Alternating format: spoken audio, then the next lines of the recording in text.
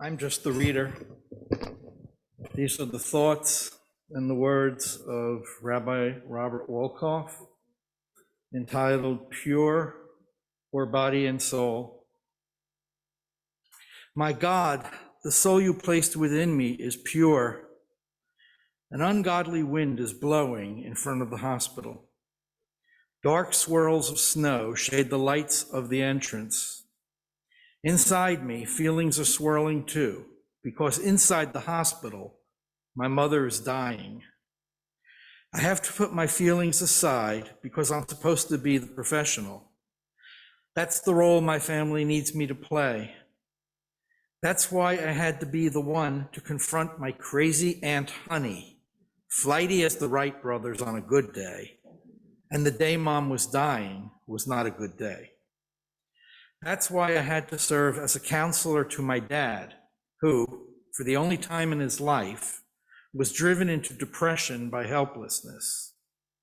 That's why it had to be me to sit with my mother several months before to review her medical directive, a necessary but altogether grotesque exercise. I would want to receive artificial nutrition and hydration delivered through a tube.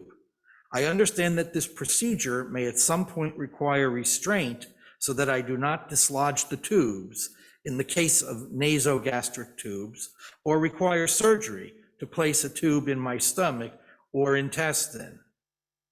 Yes or no, Mom? Amputation. If I am terminally ill, I desire above all to live. I am prepared to lose a limb if, in the best medical judgment of my physicians, this is necessary in order to prolong my life. How do you feel about that, Mom? I would want the following body parts to be donated for purposes of transplantation: kidneys, heart, skin, corneas, liver, pancreas, other. Any others you can think of, Mom? My voice is low, resonant, soothing, gentle, professional. My mother, her senses already failing, is content to simply listen and then do what I think best. She trusts in me completely. I don't necessarily trust myself, but I don't want her to have to think too much. The nurse at the home compliments me on how elegantly I conducted the legal exercise of carving up my mother's body. Professional conduct. I think back to the cattle of my childhood, an endless array of bovine pets in my family's slaughterhouse. Big, soulful eyes, wary of this little boy offering them hay and pats on the head. They knew what was happening. My father had no doubt about that. Once the killing began, he said, the entire mood of the herd changed. So it didn't make sense to them that a little boy was showing them kindness, even a kind of love, at such a horrible time. And it didn't make sense to me either that on the other end of the building, these beautiful and gentle creatures were divided up into steaks and chuck and brisket and flank, and of course, ground beef. Perhaps if I had seen the actual slaughter, the connection would have been clearer to me. But my father, in his wisdom, never allowed it.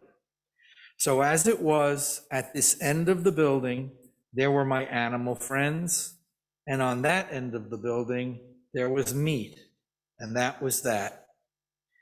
So too at the hospital. On this end, the patient's rooms, and then on that, the morgue. And that was that. In between were the respirators sounding out their rhythmic dot, dot, dot, dot, the mechanical backbeat against which the chaos of life, ending, and death. What beginning? Does death begin? In any case, against which the chaos of life and death was played out. Had I been able to be anything but professional, had I been able to just be a son losing a mother, I might have felt differently, at least felt something. But as it was, That ungodly wind was still blowing. On the outside, I was the professional who was supposed to bring some light into the situation. On the inside was the dark truth that after this night, I would never see my mother again, and I did not know what to feel, or perhaps more important, what to say. How do you make up for moral and emotional failures? How do you make up for the fact that in your entire life you have never adequately expressed your love, appreciation, gratitude? How do you grapple with the fact that life gets in the way, wears you down, sullies you, leaves you feeling somewhat tainted with inadequacies of endless variety? The separation of light from dark, it turns out, is not all it's cracked up to be. Underneath, there's still chaos.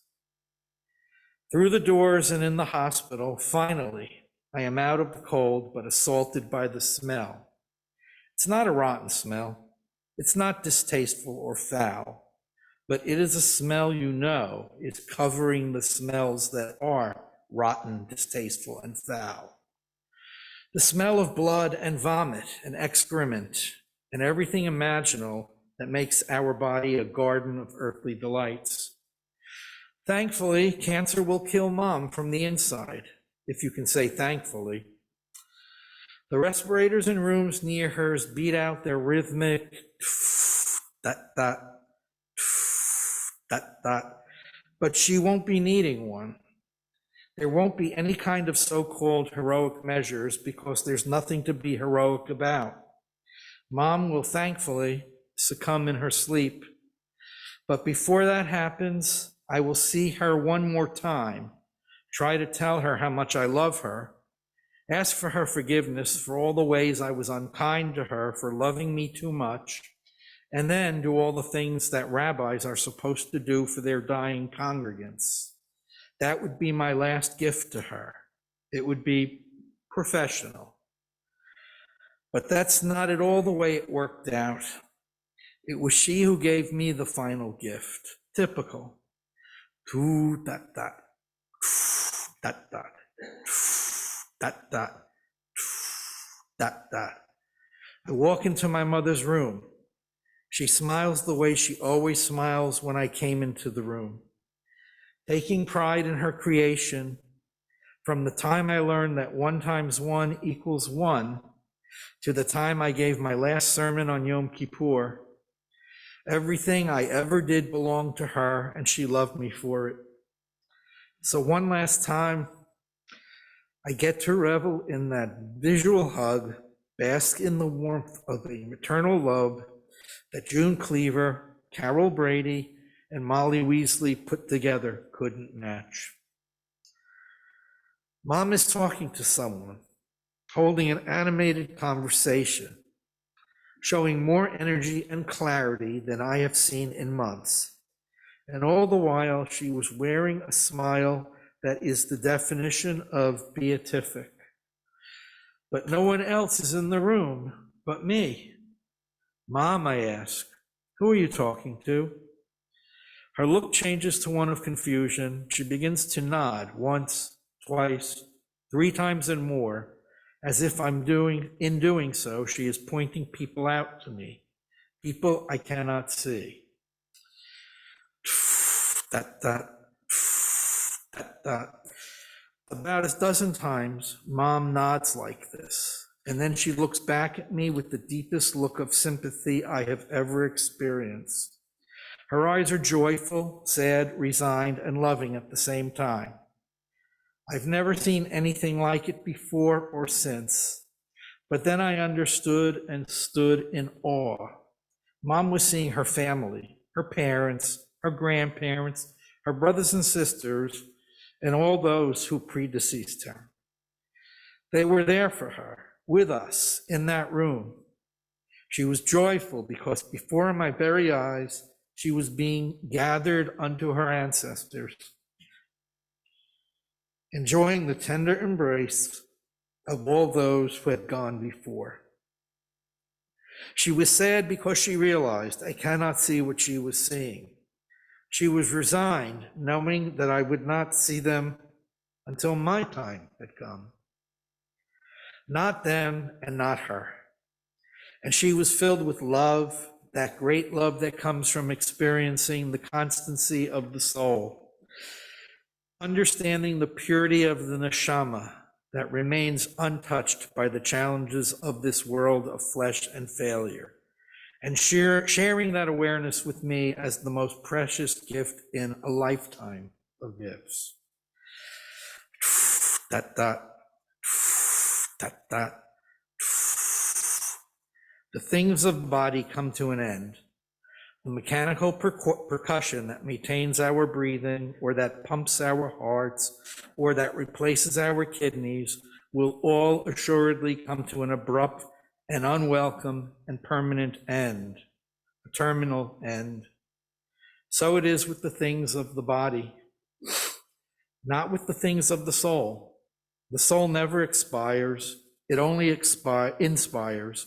It is never tainted by sadness or sin, by failure or fault, by disappointment or disdain. Matters of the soul remain forever and forever pristine. My God, the soul you placed in me, within me is pure.